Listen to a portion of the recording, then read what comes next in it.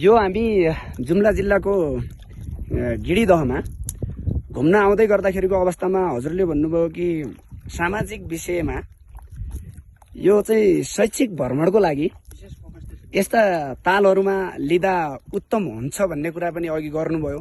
तर त्यो उत्तम कसरी हुन्छ, विद्यार्थीको चाहिँ सिकाइमा त्यसले कसरी चाहिँ प्रभाव पार्छ, त्यसको बारेमा अलिकति केही प्रश्नाइदिनु न। हजुरलाई यो प्रश्नको लागि धेरै धेरै धन्यवाद छ। यो एउटा महत्त्वपूर्ण प्रश्न हो।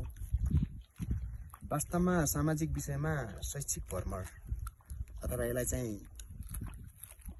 स्थलगत भ्रमण पनि भनिन्छ हैन। यसले के गर्छ भन्दाखेरि पाठ्यक्रमले केही नसमेटेका कुराहरूलाई पनि हैन, विद्यार्थीको चाहिँ हुन्छ नि शारीरिक, मानसिक अथवा मनोवैज्ञानिक हरेक कुराहरूको विकासका लागि शैक्षिक भ्रमण असाध्यै महत्त्वपूर्ण हुन्छ। यसले के गर्छ भन्दाखेरि विद्यार्थीले प्रत्यक्ष रूपमा ठाउँमा गएर अवलोकन गर्ने हैन, त्यहाँको समस्याहरू बुझ्ने, सँगै बस्ने, मिल्ने, आएका अप्ठ्यारा परिस्थितिहरूसँग जुझ्न सक्ने, भविष्यका आफ्ना जीवनहरूसँग कसरी जिउने भन्ने कुराको पनि विकास गर्छ है।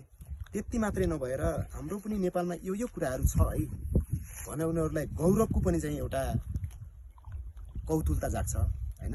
यसले के गर्छ भन्दाखेरि पछि उनी बालबालिकाहरू अलि ठुलो भएर गयो भने उनीहरूले चाहिँ एउटा विकासको एउटा समृद्धिको बाटोलाई रोजेर यहाँलाई प्रचार गर्ने मात्रै नभएर यहाँको केही समस्याहरूलाई पनि समाधान गर्ने र सँगै आफ्नो लाइफलाई पनि सजिलो तरिकाले जिउने भन्ने चाहिँ कुराको एउटा विकास हुन्छ हैन। यति मात्रै नभएर विद्यालय क्षेत्रभित्र उनीहरूको अनुशासन मात्रै हैन, प्लस विभिन्न तरिकाले हरेक समाजसँग कसरी जिउनु पर्दो रहेछ होइन, कठिनाइहरूसँग कसरी जिउनु पर्दो रहेछ भन्ने कुराहरूको विकास गर्छ। जहाँसम्म मलाई यही लाग्छ।